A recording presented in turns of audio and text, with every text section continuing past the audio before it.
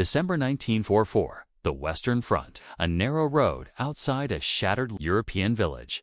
The ground is frozen hard beneath a thin skin of mud. Smoke from earlier shelling hangs low, trapped by the cold air. Somewhere beyond the tree line, engines begin. Two growl deep, mechanical, unmistakable. German Panzers. American infantry crouch behind rubble and shallow earthworks. Their breath fogs the air. Rifles feel light in their hands compared to what is coming. There are no anti-tank guns positioned here, no prepared minefields. Just men, a few bazookas, and a road that must not fall at the center of the position. A U.S. sergeant moves quickly along the line. He points not at weapons, but at sandbags. Ordinary sandbags, stacked for cover. He orders them dragged forward, placed where they make no obvious sense. Some men hesitate, others exchange looks. The idea seems pointless. Almost absurd to head. The first Panzer silhouette emerges through drifting smoke. Steel tracks bite into frozen ground. The distance closes steadily. The sergeant does not explain. He does not slow down, because in moments like this, there is no time to convince, only time to act. And as the tanks roll closer, that ridiculous decision is about to collide with armored reality by December 1944. The war in Western Europe had entered a dangerous phase.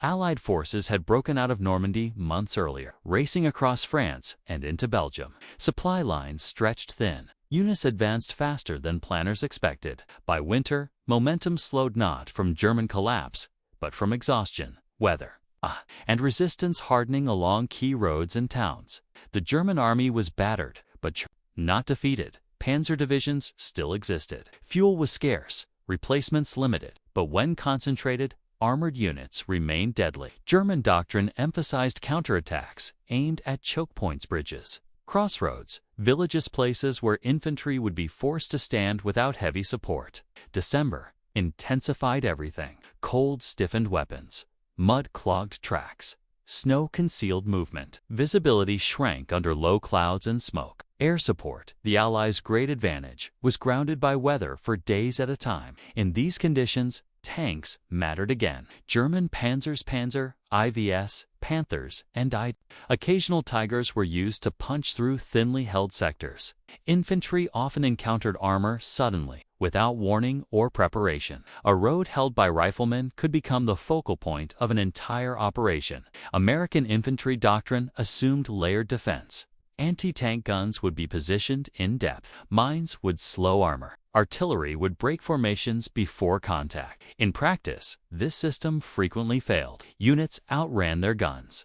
Mines were not always available. Artillery support was delayed or redirected. When tanks appeared unexpectedly, infantry had minutes, sometimes seconds, to react. The standard infantry anti-tank weapon was the bazooka. It worked, but only under specific conditions. Short range, proper angle, execution. Against frontal armor, especially in winter conditions, its effectiveness dropped sharply. A single miss exposed the firing position immediately. Against multiple tanks advancing in a column, the margin for error disappeared. This reality placed enormous pressure on non-commissioned officers. Sergeants were responsible for ground truth. They decided where men stood, where weapons pointed, and when to open fire. When plans collapsed, they improvised or watched their positions overrun. German commanders understood this. Vulnerability. Armored thrusts were timed to exploit weather, fatigue, and gaps between units. A stalled tank column was a failure. A breakthrough at a road junction could unravel an entire sector by December 1944. Both sides understood what was at stake in every small engagement. A single road could delay or enable a division. A single decision could hold or lose a village. And in places where maps meant little and time meant everything, outcomes depended not on grand strategy, but on what infantrymen could do with what they had, which was precisely the situation facing one U.S. sergeant as the sound of German engines closed in. On paper, U.S. infantry units were equipped to face armor. In reality, they were often caught between doctrine and circumstance. Anti-tank guns existed, but they were heavy, difficult to move, and frequently positioned too far to the rear when contact occurred. Minefields required time to prepare. Infantry rarely had. Artillery could stop tanks, but only if communications held and batteries were in range. When those elements were missing, the burden fell on the infantry line itself. Bazookas became the last line of defense. The M1A1 and later M9 bazookas could penetrate German armor under the right conditions, but winter made everything harder. Batteries drained quickly, cold stiffened fingers. Smoke from firing revealed positions instantly. A second shot was rarely possible from the same spot. Against a single tank, a skilled bazooka team might succeed. Against a column of tanks, the odds shifted rapidly. This was the environment in which unconventional ideas emerged. Sandbags were everywhere. They were used to reinforce positions, line foxholes, and absorb shrapnel. They were defensive by nature, meant to stop fragments, not armor. No training manual suggested using sandbags offensively to most soldiers. The idea of placing them in the path of tanks bordered on absurd. A Panzer weighed over 40 tons. Its steel tracks were designed to crush obstacles. Sandbags, by comparison, seemed insignificant, but tanks were machines precise. Mechanical systems dependent on momentum, traction, and alignment. Tracks could slip, drive sprockets could jam. Suspension could be overloaded under the wrong conditions, mud, ice debris. These were already hazards. A sergeant who understood this did not need heavy weapons. He needed to disrupt movement at the right moment, to stop the lead tank, to force those behind it into chaos. This thinking violated conventional hierarchy. Non-commissioned officers were not expected to devise anti-armor tactics on the spot. They were expected to execute plans handed down from above. Deviating carried risk, not only tactical, but professional. If the idea failed, consequences would be immediate and visible. Men would be exposed, positions overrun, lives lost. Yet doing nothing was worse.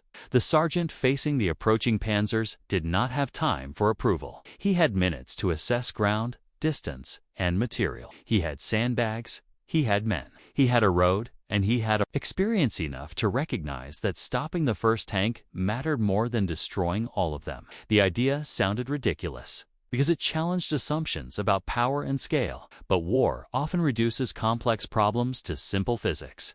If a tank could be slowed, even briefly, it became vulnerable. If a column stalled, it could be broken apart. The sergeant understood this as engines grew louder and the first Panzer moved into view. Theory ended. What remained was execution. Infantrymen feared tanks for a reason. A rifleman could fight another rifleman. He could see him, hear him, predict him. A tank was different. It moved with indifference, immune to small arms. Its presence announced by sound before sight. Two men on the ground, it felt less like an enemy and more like a force of nature. By December 1944, many American soldiers had already seen what armor could do to exposed positions. They had watched foxholes collapse under tracks. They had seen men freeze not from cold, but from the paralysis that came when nothing in their hands seemed adequate. The sergeant ordering sandbags forward understood this fear. His men did not question his courage. They questioned the idea. Dragging sandbags toward a road under threat of armor felt useless. Worse, it felt like wasted time. Every second spent hauling sacks was a second not spent preparing bazookas or finding cover. Doubt spread quietly. No, one refused. Discipline held. But belief lagged behind obedience. Soldiers followed the order because they had been trained to, not because they trusted the outcome. That distinction mattered. Leadership at the infantry level was personal. Men judged leaders not by rank insignia, but by whether their decisions kept people alive. An idea that looked foolish risked breaking that trust permanently. The sergeant felt that weight. He did not raise his voice. He did not justify himself. He worked alongside his men, placing sandbags with his own hands, positioning them precisely, adjusting angles, checking spacing. Fear did not vanish, but it shifted. Instead of waiting helplessly, the men were doing something, acting, preparing. That alone steadied nerves in combat. Purpose could be as powerful as firepower. German armored units advanced with discipline. Tanks rarely moved alone. They advanced in columns, maintaining spacing, relying on the lead vehicle to set pace and direction. This formation maximized control and minimized confusion, but it also created dependency. If the lead tank stopped, everything behind it stopped. 2. This was the principle the sergeant exploited. He did not need to destroy 18 tanks. He needed to disrupt one. Preferably, the first. Roads in winter magnified vulnerability. Mud and ice reduced traction. Rubble narrowed movement. Tanks were heavy, but they were not agile. Sudden obstacles forced abrupt corrections, braking, turning, reversing actions that strained mechanical systems. Sandbags, when placed correctly, could shift under weight, collapse unevenly, and jam into track assemblies. They did not stop tanks like walls. They interfered with momentum. A tank slowed to a crawl was no longer an unstoppable force.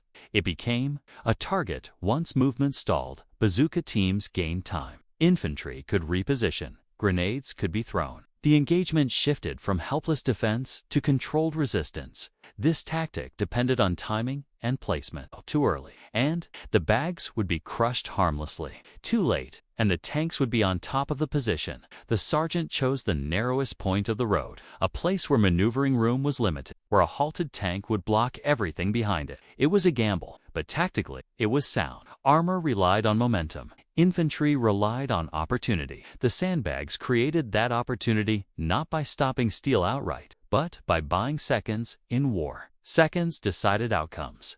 Tanks projected invincibility, but they were complex machines. German Panzers depended on synchronized movement of tracks, suspension, and drivetrain. Tracks were durable, but not immune. They required consistent traction and alignment. Sudden resistance could throw them, jam them, or force emergency stops. Winter conditions amplified every weakness. Mud packed into track links, ice reduced grip, debris clogged moving parts. A tank moving at speed could overcome many obstacles, but sudden uneven resistance disrupted balance. Sandbags exploited this vulnerability. Underweight, they burst. Sand spilled outward and inward, creating shifting resistance rather than solid obstruction. This unpredictability mattered. Tracks bit into what they expected to be firm ground. Damned found instability instead. A tank might not be destroyed, but it could be immobilized long enough to change the fight. Once immobilized, armor lost its greatest advantage. A stationary tank was blind in many directions. Its crew struggled to identify threats close in. Infantry could approach from angles guns could not easily cover. The sergeant's idea did not rely on stopping armor with strength. It relied on interfering with mechanics. This was not folklore. Similar effects had been observed with rubble, fallen trees, and debris in urban fighting. Sandbags were simply what was available. Technology did not fail dramatically. It failed subtly, and subtle failure in the wrong place at the wrong time could cascade into collapse.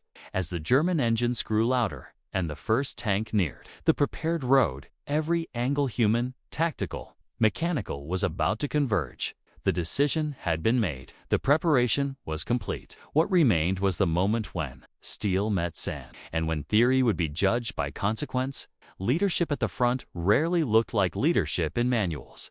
There was no time for formal orders or consultation, no opportunity to request permission from higher command. The sergeant's authority existed in a narrow window between what he was allowed to do and what he had to do. Non-commissioned officers carried a unique burden. They were expected to enforce doctrine, yet judged by results. When plans worked, credit moved upward. When they failed, responsibility settled squarely on their shoulders. Ordering men to place sandbags in the path of tanks crossed an invisible line. If it failed, the sergeant would be remembered not as innovative, but reckless. Lives would be lost. Trust would evaporate. Rank would not protect him from that outcome. Yet leadership was not about avoiding blame. It was about making decisions when delay meant destruction. He did not dramatize the order. He did not frame it as heroic. He treated it as necessary work. That mattered. Men followed leaders who acted with certainty, even when the plan felt wrong. By taking physical part in the work, lifting, dragging, adjusting, the sergeant shared risk. That gesture mattered more than explanation in war. Authority was reinforced, not by words, but by proximity to danger. The decision was irreversible. Once the sandbags were placed, there was no time to undo them. Leadership narrowed to a single question. Would this choice keep the men alive long enough to fight? The answer was moments away. From the German perspective, the advance appeared routine. Panzer crews had fought through similar conditions before. Roads mattered, villages mattered. Infantry resistance was expected, but manageable. Tanks were designed to break such resistance through shock and movement. The lead tank advanced with confidence. Visibility was limited, but the road was clear at least at first glance. There was no obvious barricade, no minefield markers, no anti-tank guns visible. The situation appeared favorable. Panzer crews trusted their machines. They were trained to maintain momentum, to push through small obstacles, to avoid hesitation that exposed them to close-range attack. A tank that slowed unnecessarily was a tank that invited danger. When resistance appeared, it did not look like resistance. Sandbags were familiar objects, defensive, harmless, something infantry hid behind, not something that threatened armor. The problem was not what the crews saw, it was what they did not anticipate. When the lead tank encountered resistant, unexpected drag, sudden loss of traction, the reaction was immediate but limited. Braking, adjustment, attempted correction, but tanks behind it closed distance quickly. The column compressed. Space vanished. The road became a bottleneck. Confusion replaced confidence. Commands crackled over radios. Crews struggled to identify what had gone wrong. The advance slowed not dramatically, but decisively. In armored warfare, that pause was deadly. War stripped morality down to function at the front. Ethical debates did not revolve around rules. They revolved around outcomes. Did a decision reduce casualties? Did it prevent collapse? Did it buy time? The sergeant's decision challenged expectations of what was proper conduct. It was not taught. It was not sanctioned. But it was rooted in a responsibility deeper than regulation. Responsibility to the men beside him. Improvisation carried risk. It always had, but refusing to adapt carried a greater one. The difference lay in visibility. Failure of innovation was obvious. Failure of conformity was often accepted as unavoidable. The men placing sandbags understood this instinctively. They were not participating in a clever trick. They were participating in a gamble, one that placed trust in judgment rather than equipment. That trust mattered. If the plan failed, no one else would be blamed. If it succeeded, no one expected reward. The moral calculus was immediate and personal. Survival demanded action, not certain. The tanks were close now. The sound of engines vibrated through frozen ground. There was no time left to reconsider. The line was set, the road was prepared, and in the seconds before the first Panzer reached the sandbags, every doubt collapsed into anticipation. The moment had arrived. December 1944. Late morning, the first Panzer rolled into full view. Its engine note deepened as it shifted forward, steel tracks grinding against frozen mud. Exhaust drifted low behind it. The turret scanned slowly, searching for muzzle flashes, anti-tank guns, anything that would justify slowing down. Nothing appeared. The road ahead looked clear. The tank advanced at steady speed, following doctrine momentum over caution. The sandbags lay where infantry cover usually sat, not arranged like a barricade, not stacked high enough to suggest resistance. The driver did not brake. The lead track struck the first cluster of sandbags.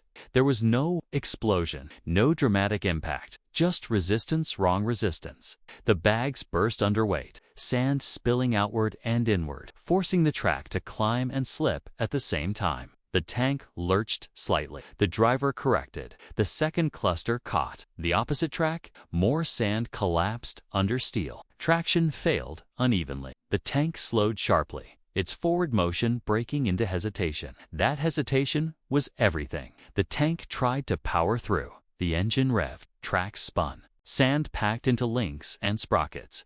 The Panzer's nose dipped, then twisted slightly as the suspension compensated unevenly behind it. The second tank closed distance too fast. Brakes screeched. Commands were shouted inside steel hulls. The column compressed violently, tanks crowding into a space designed for movement, not stopping. The lead Panzer stalled, not destroyed, not burning, just stuck. That moment lasted only seconds. But seconds were all the infantry needed. Bazooka teams rose from concealment. One fired from the flank. The rocket struck the immobilized tank's side, not penetrating deeply, but stunning the crew and forcing hatches shut. A second shot followed from a different angle. Smoke poured from the engine compartment. The tank behind tried to reverse, but space was gone. The third tank halted abruptly. blocking those behind it. The road became a steel choke point. German machine guns opened fire, spraying hedgerows and rubble. American rifles answered, focused,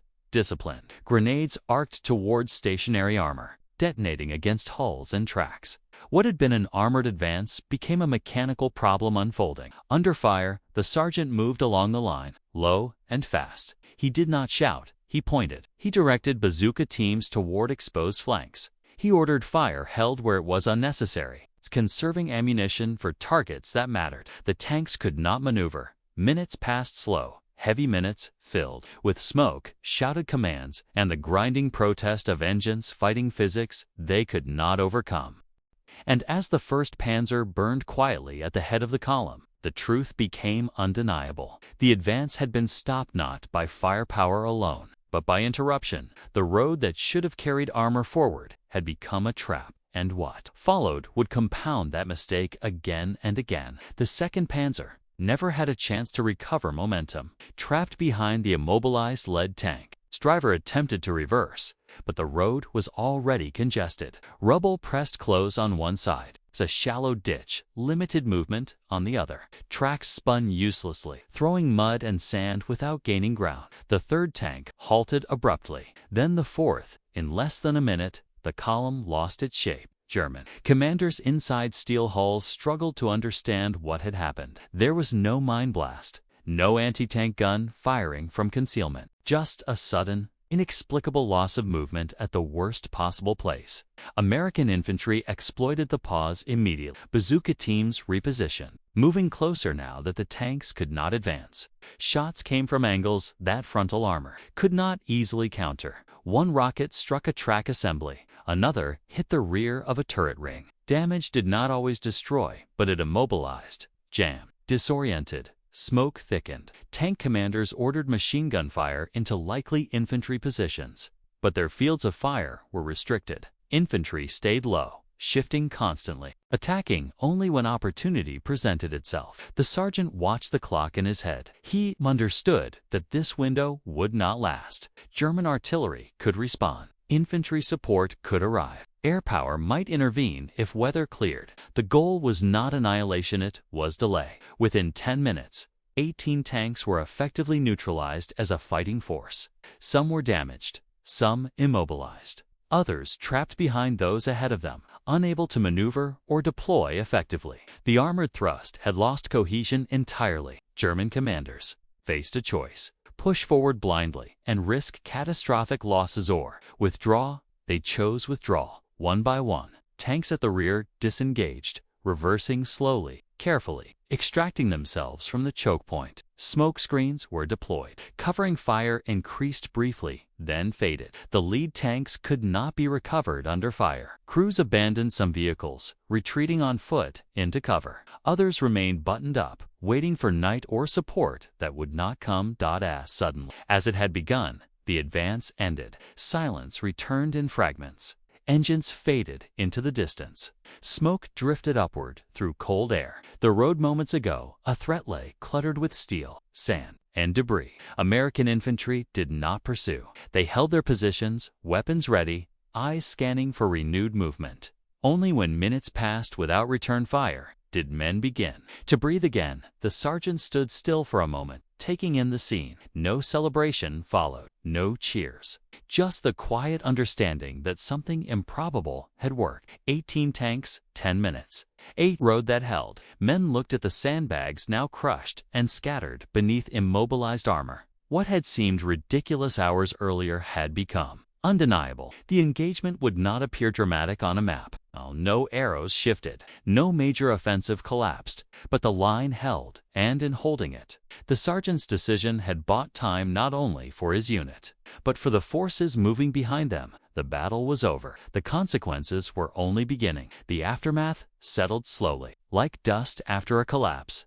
American infantry remained in position long after the last German engine faded. Weapons stayed trained down the road. Bazooka teams held their tubes ready, watching for any sign of renewed movement. Experience had taught them that armor sometimes returned when least expected. It did not. Only then did the scale of what had happened to become clear. 18 German panzers lay scattered along the narrow stretch of road and its approaches. Some burned quietly, their smoke dark against the winter sky. Others sat intact, but helpless tracks damaged. Suspensions twisted, engines stalled by mechanical failure rather than catastrophic destruction. The distinction mattered. Not all tanks were destroyed, but all had been removed from the fight. For the purposes of that sector, the armored thrust no longer existed. American casualties were counted. They were lighter than anyone had expected. Men who would have been overrun or forced into desperate close-quarters fighting were alive because the tanks had been stopped early before momentum and shock could do their work. The sandbags had bought time, and time had allowed infantry weapons to become effective. Officers arrived cautiously from the rear, drawn by reports that seemed improbable. They walked the road slowly, studying the immobilized armor, the crushed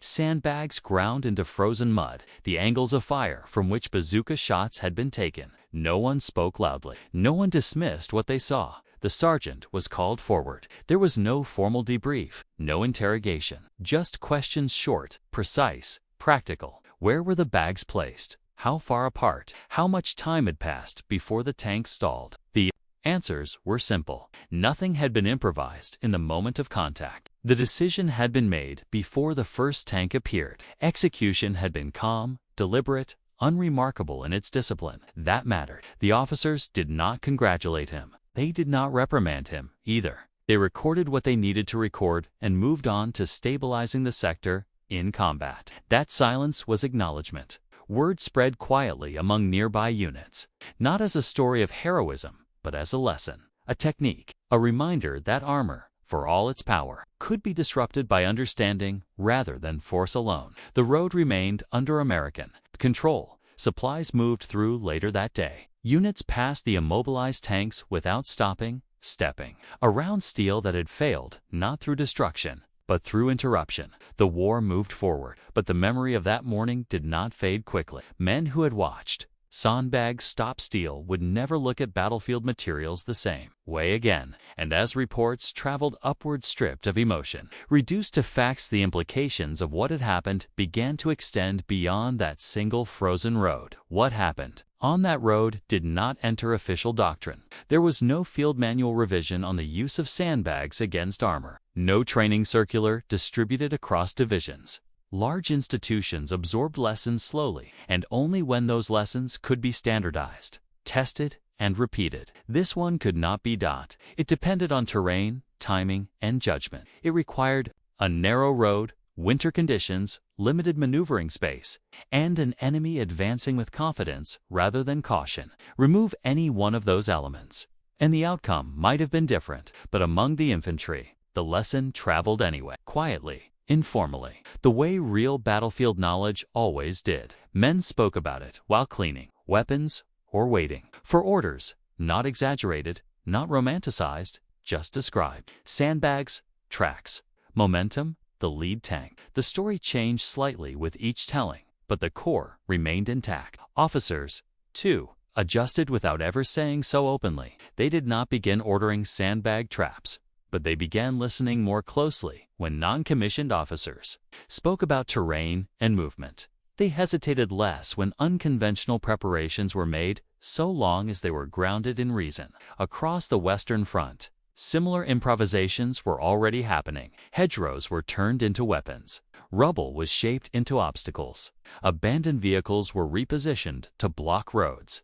Infantry learned to think in terms of disruption rather than destruction. The war rewarded those who understood this difference. German armored doctrine continued to rely on momentum, shock, and coordination. When those elements were interrupted by air power, by artillery, or by something as simple as a stalled lead tank, the advantage collapsed quickly. By the final months of the war, such interruptions became more common, not because of sandbags specifically, but because Allied forces learned to attack armor as a system rather than as individual vehicles.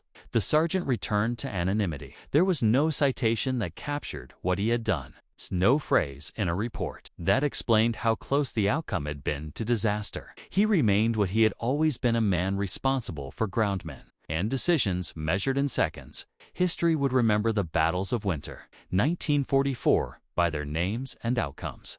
The Ardennes, the counter-offensive, the lines that bent but did not break. It would not remember the road, or the sandbags, or the 10 minutes when 18 tanks were stopped without a gun powerful enough to do it alone. But those moments shaped the war just as surely as any named operation. They existed where history rarely looked at the level where survival depended on judgment rather than orders. And that is where the final meaning of this event rests.